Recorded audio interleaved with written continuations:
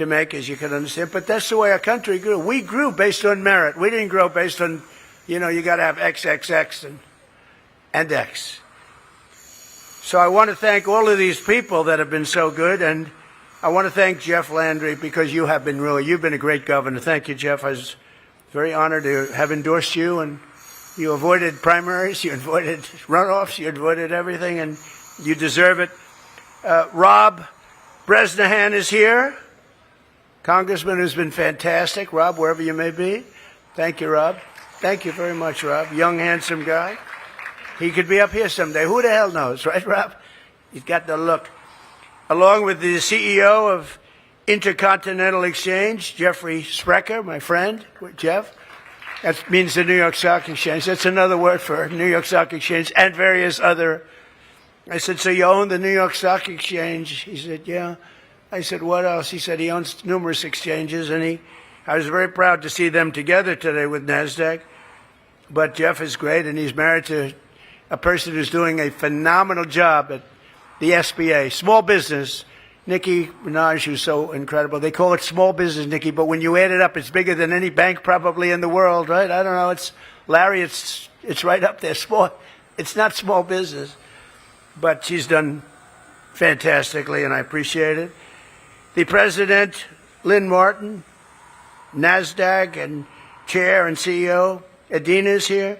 So you have Lynn and you have Adina, and they fight each other a little bit. I don't know. Do you fight? Where are you? Do you fight? Not too much, right?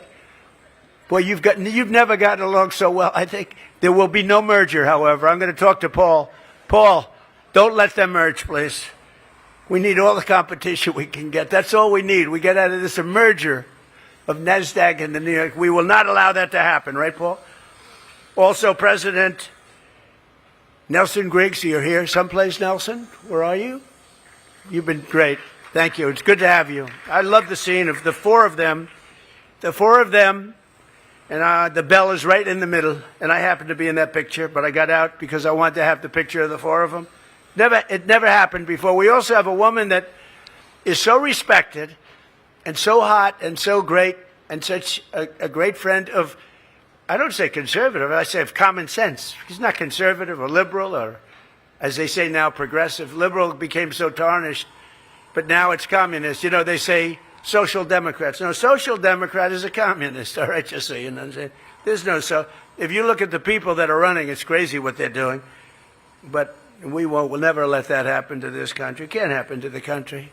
You can't. There's no appetite for it, especially since we've literally now. You're going to see numbers coming out over the next 6 months, I think, that nobody will have ever seen before. But she's a fantastic person, and she's a woman that's respected by everybody, and she's got real talent. Nicki Minaj. Nicki, stand up, please. She's such a great person, respected by everybody. Today, 38% of Americans do not own stock, yet we have set 73 all-time records. It's now 82. They're a little bit late with their notes. With Trump accounts, every newborn child will be invested in the stock market. So they're going to be watching. You know, they'll be the next Larry Fink. They'll be the next chairman of Goldman Sachs. They'll take David's place. David will be very concerned about this. He's not going to like it. But they're going to be invested in our country. And it's going to be something. Every newborn child will be in the stock market, and one day you'll see what happens. And if we have good markets, if we have smart presidents, if we have people that know what they're doing, like Scott and all of the people that work so hard, all of these children, so many of these children are going to be involved with the Trump account. They're going to watch their account grow. They're going to watch the country grow. They're going to be reading the newspapers. They'll want to go to the financial pages. But parents have to go to trumpaccounts.gov. And many, many people are investing in this, and not for themselves. They're putting money in. As an example, Michael Dell and Susan Dell invested $6.25 billion. Think of that. Not everybody has to do quite that much. And I'm going to wait a little period of time, then I'll see him again. I'll say, well, how about doubling it up? But then he can do it, too. Amazing story. Started off making computers on his bed at a dorm. And I won't ask you which college. Where did you go to college? Oh, that's a good one, huh? University of Texas. That's a good one. It's great. We love the state.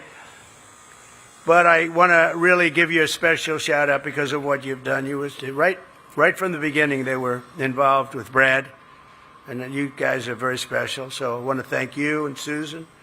I want to also tell you that Brad is investing $250 to the accounts of all children under 5 in his home state of Indiana, and that $250 is going to grow very rapidly. That's a lot of money. The head of Micron, a friend of mine, CEO Sanjay Mehrotra, who last week announced that Micron will be making a $250 million investment in the Trump accounts. And I didn't name that account. It was a whole group of people got together. What's the best name for it? And they came to me and they said, what is this all about? And as soon as I heard it, I said, this is going to really work. And it really has. We're setting records with it. And it's just really now opening the complexity. And Scott, you're going to get this open really fast. We've got to do that really, really fast. Get it. It's just about complete. And we had some tremendous people working on it, but made possible by the provisions that we put in the great big beautiful bill. And I made reference today that Australia has a thing going that's very good. It's really worked out very well. We have good respect for Australia, and that has to do with people that are working people. And it's something that also puts them in much better shape when they're retirement age. So we're going to do that. We're looking at that very strongly. We're going to be taking that, and we're going to be maybe making it a little bit sharper, a little bit even better, but we're going to be doing that. And Scott, you're working on that immediately, right? You and the whole group, Howard, everybody. But already more than 6 million Americans have signed up for Trump accounts, and we've just started, many of which are receiving a one-time seed contribution of $1,000. So these are children, in many cases, extremely poor children, and they're starting off with $1,000, and then it goes up. And it comes out of the United States Treasury with contributions from parents, employees, churches, or generous Americans like these that we're gathered with. We have so many people here that have contributed a lot of money, and I just thought it would be so appropriate to have our first meeting at the Oval Office. It's a special, very special place. No place. I've been in a lot of offices. There's no place like the Oval in terms of overall impact and everything that it represents. There's no place like it.